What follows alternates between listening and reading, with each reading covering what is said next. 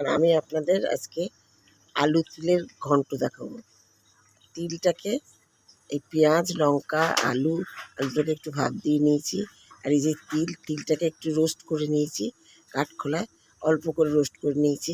এতে খেতে গন্ধটা খুব সুন্দর বেরোয় আর খেতে খুব ভালো লাগে করে নিয়েছি। এবার আমি দেখুন তিলটাকে এই মিক্সিতে নিয়ে একটুখানি গুঁড়া করে নিয়ে আসবো। গুঁড়া তো তিলের থেকে তো তেল বেরোয়, গুঁড়ো হয় না ঠিক, তৈলাক্তভাবে একটা তকতকা হয়ে যায়। দেখুন করে নিয়ে এসেছি। এদিকে কড়াইয়ে নিয়ে আসছি। এবার কড়াইয়ে তেল দিচ্ছি, সাদা তেল দিয়েই করছি কারণ সাদা তেলই আমরা খাই। ফরচুনের তেল খাই, সাদা তেলটা খাই। এবার তিলটা এই যে দেখুন বেটে নিয়ে এসেছি, পেস্টের মতন হয়েছে। এই যে পেঁয়াজটা ইয়েতে দেবো, তেলের মধ্যে দেবো, তেলের মধ্যে দিলাম। আর একটু কাঁচা লঙ্কা কুচি দিলাম তেলের মধ্যে, কাঁচা লঙ্কা কুচি অল্প করে দেবো। কাঁচা লঙ্কা কুচি দিয়ে তেলের মধ্যে দিয়ে না একটু শুকনো লঙ্কা ভেঙে দিয়ে দিলাম। এরপরে কাঁচা লঙ্কা কুচিটা দেবো। একটুখানি ভালো করে খুলে নিই। পেঁয়াজগুলো কুচি কুচি করে কেটেছি, ভিতরে জোড়া লেগে রয়েছে, সেটা একটুখানি খুলে নিয়ে লঙ্কা কুচি দিয়ে দিলাম, শুকনো লঙ্কা কুচি দিলাম। দিয়ে এবার নেড়ে একটু নরম হলে, পুরো ভাজা করবো না কিন্তু, তাহলে পেঁয়াজের যে মিষ্টি মিষ্টি ভাবটা ভালো লাগে। এর মধ্যে নুন দিয়ে দিচ্ছি, লবণ দিয়ে আর তাড়াতাড়ি একটু নরম হয়ে যাবে।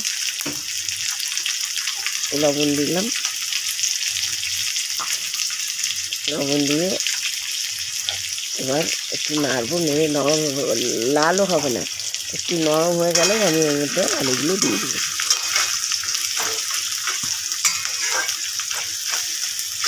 নেড়ে লবণ দেওয়ার পরে তাড়াতাড়ি পেঁয়াজটা নরম হয়ে গেলে পরে এর মধ্যে আর একটু হবে, এরকমই রয়েছে, আর একটু হবে, বেশ নরম হবে শুধু, আর কিছু হবে না। মিষ্টি মিষ্টি স্বাদটা লাগবে তাহলে। এবার আলুগুলো দিয়ে দেবো, আলুগুলো দিয়ে দিলাম। আলুগুলো ভাত দেওয়া রয়েছে, আলুগুলো দিয়ে দিলাম। দিয়ে নেড়ে চেড়ে তিল বাটাটা দিয়ে দিলাম।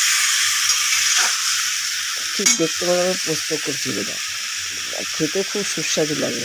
রোস্টের তিল বাটার একটা দিয়ে দিলাম। রোস্টের তিল বাটার একটা গন্ধটাই আলাদা। দিয়ে দিলাম।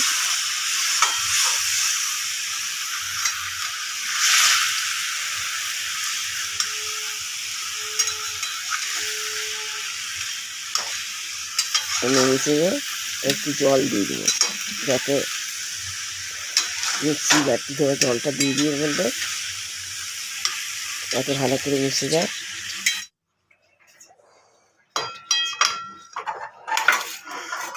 হয়ে গেছে, এবার আমি নামিয়ে নিলাম।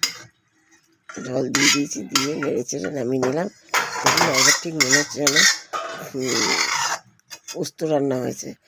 এই আলু তিলের ঘন্টটা খেতে খুব সুস্বাদু লাগে। আপনারা এইভাবে বানিয়ে দেখবেন, যদি ভালো লাগে তাহলে লাইক করবেন, শেয়ার করবেন, সাবস্ক্রাইব করবেন। নমস্কার, এবার রাখি।